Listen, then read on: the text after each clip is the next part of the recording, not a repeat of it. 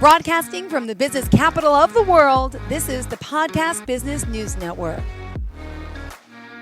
Liezel Lane, switching it up. I'm loving the teal background today. She's my teen life coach, and she could be my teen life coach. I'm not a teen, but hey, I'm a parent. I could use her help and advice, and I'm sure you can too. Go to myteenlifecoach.com. Welcome back to the show today. How are you? Thank you, Jill. Good. I am good. Please, Yes, tell teal us. is definitely the color Well, today. it matches your logo, it matches your eyes, it matches your glasses. Everything looks great. So yeah, myteenlifecoach.com. We are super busy working with teenagers and parents and young adults actually as they launch for college or careers or jobs over the summer and after that.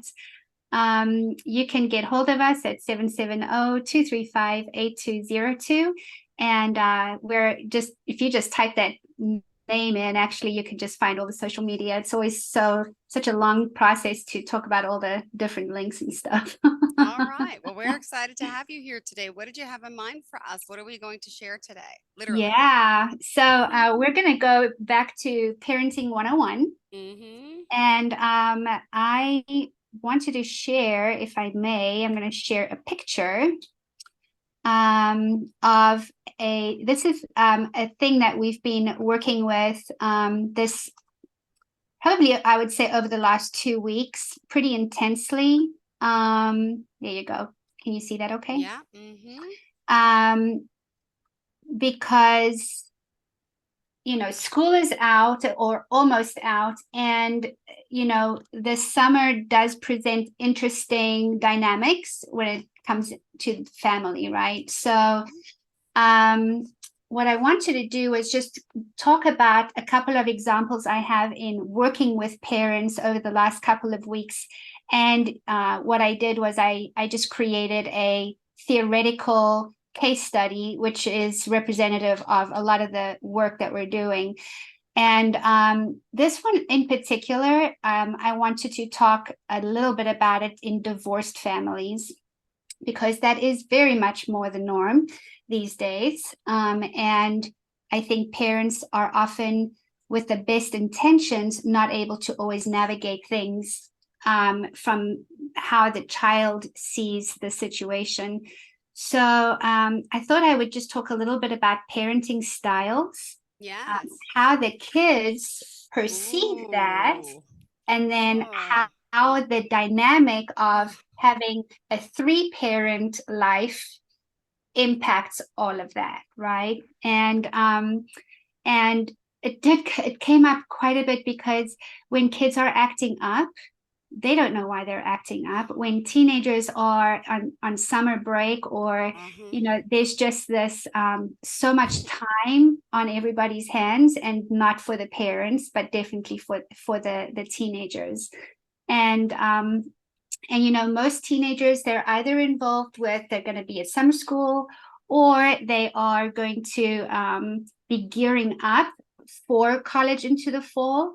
Or if they're not, they're either going to be doing summer classes in some form of trade to go into a career path or a job path, or they're going to be working in summer jobs. And then you've got a lot of kids who are just going to be home. Yeah. So I think today I want to dedicate to the parents because that summer can sometimes really be a daunting thing when it's all of that. Yeah. So anyway, with that being said, let me jump right into this. I basically want to talk about the 4 main parenting styles that are out there. And I'm going to start with from a more aggressive approach to the least aggressive approach. And then I want to talk about what research shows is the most effective. And then I'm going to adapt all of that into an actual case study around a particular family type of dynamic. So most people, if they're listening and or watching, they will understand a lot of, or be able to picture from their own childhoods, these kinds of pictures. So the first one I thought I would talk about is the authoritarian parent. And that's, if you're on the Zoom call, you can see that on the bottom right-hand corner. And that is mostly defined by low warmth and high Can't do it now. demandingness on the parent's perspective, right? Sorry, I'm trying to get So the camera on. yeah, so there you can see, oh, you're good? Yeah, I know it's going on and off. Maybe my arm's hitting the button. I'm sorry. Just No, trying that's to totally rest. fine. Thank you. So when there's low warmth and high demand from a parent's behavioral perspective, you're going to see a parent who isn't a very warm parent. They're distant. You'll find that the autocratic, very overly structured environment. There's a high level of control on the parent's side with super duper high expectations. There's an emotional distance from the parent's perspective. In other words, they're unable to really connect with that kid. Punishment is a regular part of life, some form of always, well, this is your punishment. And there's definitely that feeling of, I'm the parent, you do this because I said so. And that's what I picture as like the thumb on the person, like, you're going to do this. I'm pinning you down because I said so. Yeah. Let me translate that into a couple of examples that I see from a day-to-day basis.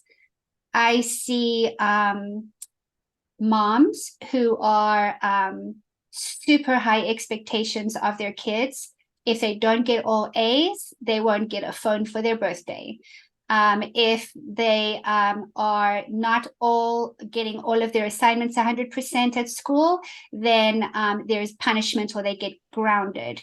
The child, generally speaking, doesn't want to bring things up to mom, doesn't want to mention anything that they're struggling with because of the fear of being punished or being diminished in some way, shape, or form.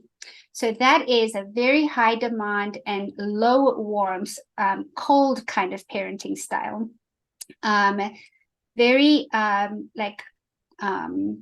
punishment focused, you will, because then the complete opposite of that is what we call the permissive parent. And the permissive parent is where in the authoritarian, the parent is saying, because I said so. In the permissive side, it is the kid is the boss in the house. So that is where the parent is jumping through hoops, jumping over stuff, doing, all kinds of gymnastics to please the child.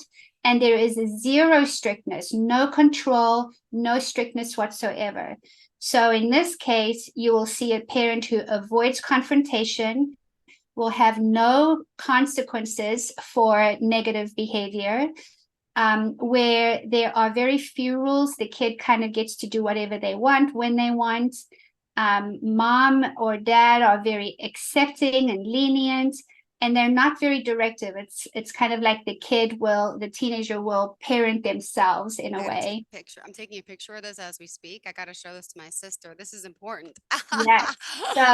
So low expectations, right? And so here you will typically see a family where the kids are throwing tantrums and parents are going, I'm sorry, my baby, I'm so sorry. Or where the child will refuse to get up in the morning and not go to school. And the parent is like begging them, oh, please, will you get in the car? Oh, please, honey, please, will you? I'll give you this if you do that, so very enabling and where the parent has no control in that home environment at all. So in this case, you're going to see the opposite in kids' behaviors around not being fearful at all. In fact, they are the boss of that home environment. Then we have the two that are, I call like the in-betweens. So if I first talk about the uninvolved parents, now we're talking about low control, but also low warmth, which is equally damaging as the authoritarian parent, because here you will see a parent who is physically there, but emotionally absent.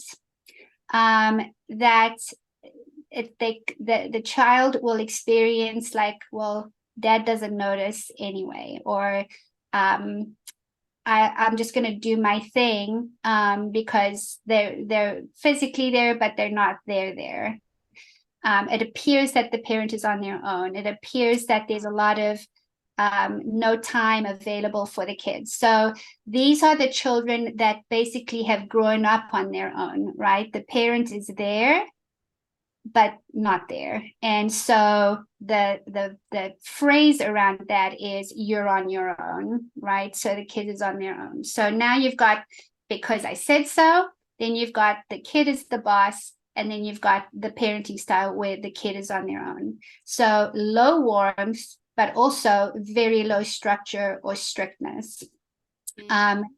And stories that that come to mind around the uninvolved parent is parents who are at work all the time, or even, when they do come home, they don't cook dinner. Everyone's just like literally on their own for however way they want to spend their day. There's no structure or guidance around anything at all. And so let me share at this point a theoretical, or maybe not so theoretical, example of what this looks like in a divorced family, for example. So let's assume, and on this diagram, I have an S with one parent and I have an L with another parent. And we'll call S Mom Sarah, and we'll call L Mom Louise. Yeah. And then dad is so stepmom is Sarah, and birth mom is Louise, and dad is with stepmom, obviously, right? So in this case, you have stepmom, who is the authoritarian. She is what some stereotypes might call the tiger mom, 100% in control, has a very tight grip on the house, and the children come there for the weekends to their house. So during the week, when they're with Louise, mom, birth mom, there's no rules in the house.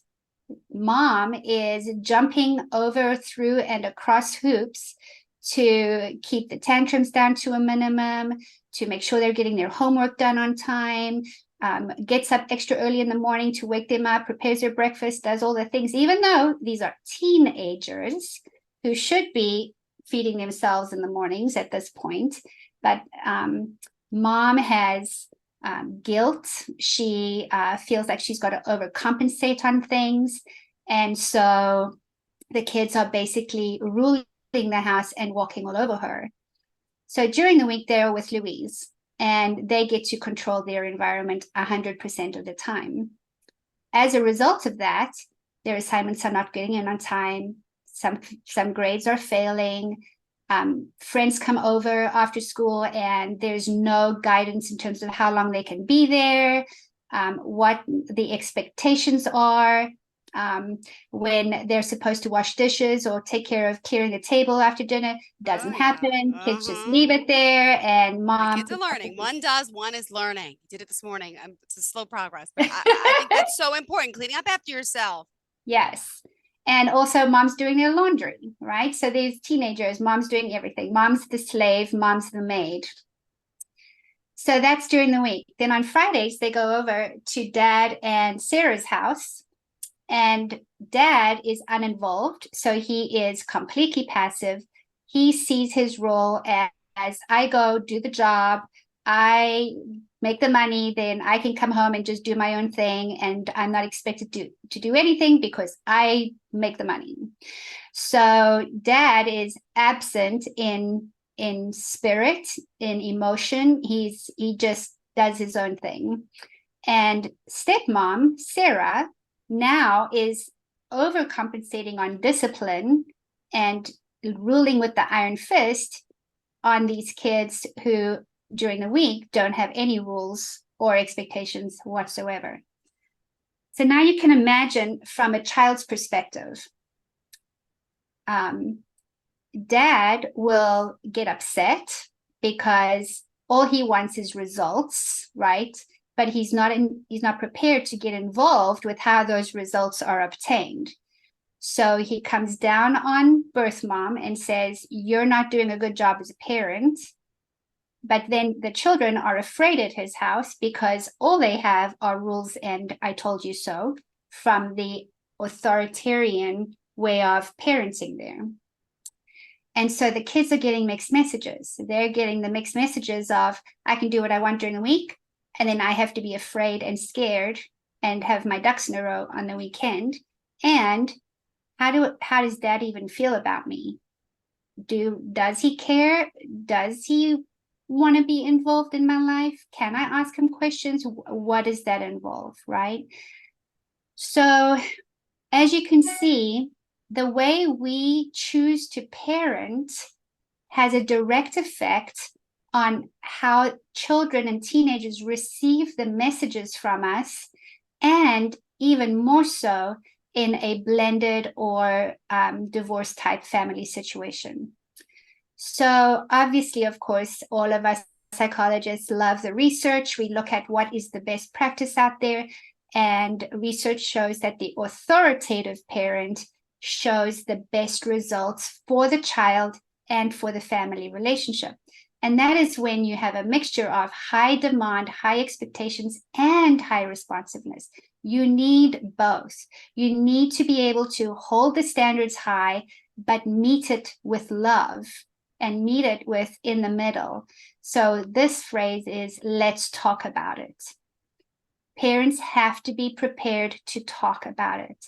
And this is where I have to coach parents the most, because they bring their teenage version of themselves to the table, where they want to either be completely authoritative or just be absent and like, I don't want to deal with it. But when you choose to be a parent, you have to choose to be in a relationship with your child. That means that when you see that there is something happening, you've got to be responsive. It means that when your child is speaking with you, you reciprocate. It means you hold high expectations, but you create the structures and the support there for them to be successful at meeting those high expectations. Instead of having power over the child or the child having power over you, you have power with the child or with the teenager, right? So yeah, this is a big one because it's going to be easy over the summer for parents to default because teenagers can be frustrating. Mm-hmm. Yes, they want to be in their rooms. Yes, they want to catch up on all their games. Yes, they want to, it's summer. Yes, there's a reason for this. Sure. However, with summer comes other expectations too. And are those parents having that conversation? Or are they demanding certain things and not getting input? Or are they just not present at all in these conversations? So, yeah. Now, what parent were you when you raised your kids? That's a good question. Transition to now, and have you been all around the square? How does I'll tell you what, like when I reflect back on myself, I was probably a mixture between permissive and then I would climb over to the authoritative, but I wouldn't be consistent with that. Yeah. So over time, I had to learn that, there's going to be your default, but you got to be aware enough to know what you've got to grow into, right? So I would say that if I was unaware, not self-aware, and I wasn't open to coaching myself as a parent, I would have been that the kids were the boss parent.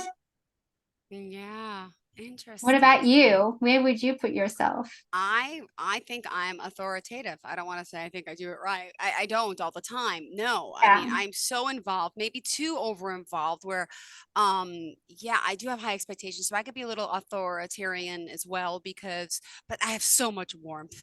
I do have high expectations, but I have so much warmth. I do. Positive reinforcement I believe in. But again, even if you're in like the best category, it's still not up to par by your child, right? If you're the authoritative and we think we're doing it right as parents, let's talk about it. Let's be Mm-hmm. reciprocal. Let's be responsive. Guess what that kid's going to say?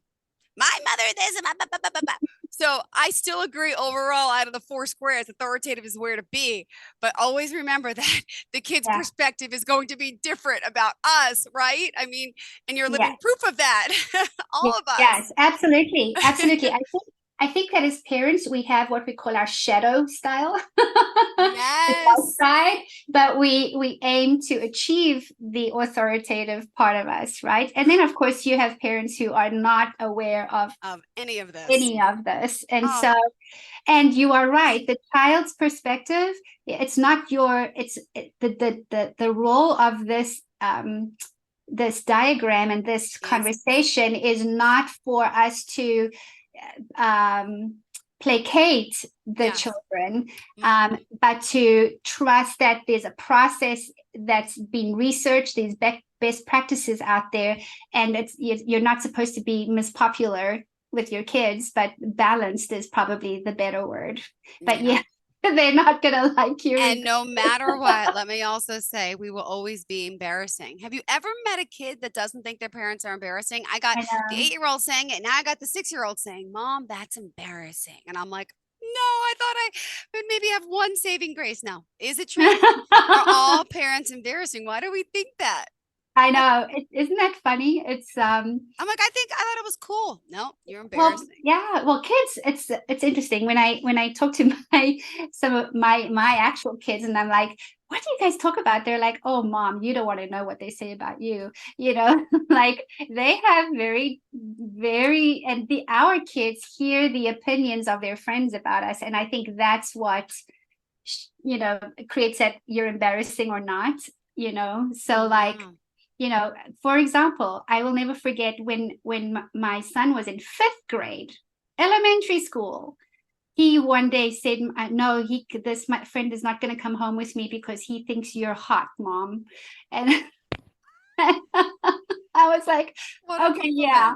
compliment. It's like kids say the darndest things. They sure And do. so that affects how our kids respond to that. It's like, no, my mom's not going to go anywhere near this kid. Oh my goodness, that is a great. I love it. I love it. Oh my goodness, Uh, adorable. You so are a yeah, hot mama. Mm-hmm. well, I mean, it's so hard I to try. think that though, right? Because like, how do they see you? You're like getting up in your pajamas, dropping I in your know. I pajamas, know. and Bad breath in the morning, like, yeah. mom, brush your teeth. Yeah, I get it. I know. Yeah. So and then it's also, our kids are being exposed to kids who have parents with their stuff, and you don't know what kinds of, things are allowed to be said there or not based on their parenting styles. Mm-hmm. So yeah, it's complex because it's this intertwined web of how we all come to the table with this one very important job in all of our lives. Wow. Oh, thank you. So tell me why you wanted to take this picture for your sister. Because I want to, I want to ask her what she thinks she is. And I think she's a little permissive. I don't know, but here, I can't tell her that. But yeah, I'm going to show her and I'm going to just ask her what she thinks she is. It's like but it's a good for everyone because it's like, yeah, it's good to see it. Like I know we Yeah. talk and everyone learns differently. I'm a seer, so like I take Yes, pictures. I have to take picture of everything and I have to read it. So now I have this in front of me and I can share it with some people. that's beautiful. I love that you're doing that. Good job.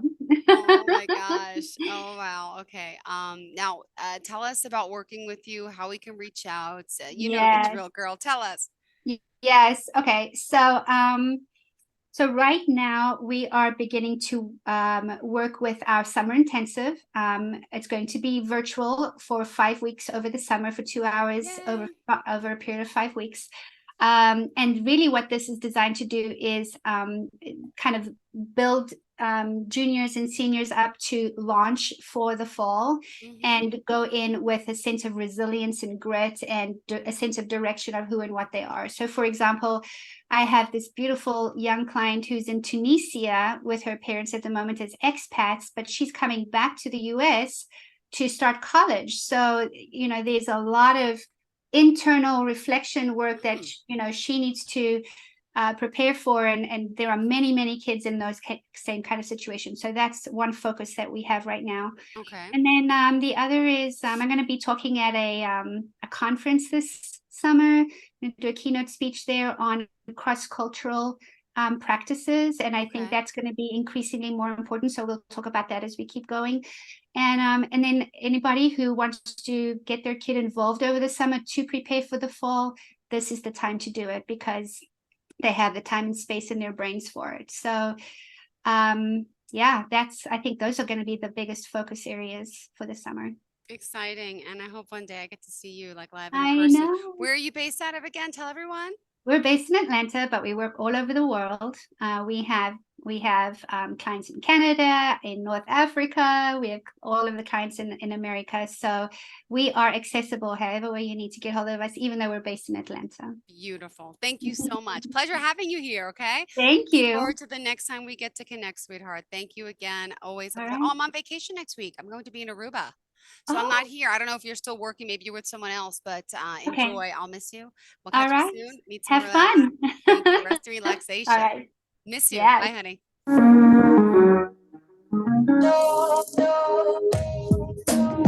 Are you looking for even more of the podcasts and hosts that you love? The Podcast Business News Network is proud to announce that you now have even more ways to listen live. Check out the MyTuner Radio, online radio box, and Simple Radio apps on iOS and Android, or find us online. Search for Business News Network on mytuner-radio.com, or search Podcast Business News Network on streama.com and onlineradiobox.com/US. Take your podcast on the go and don't miss a minute of the action.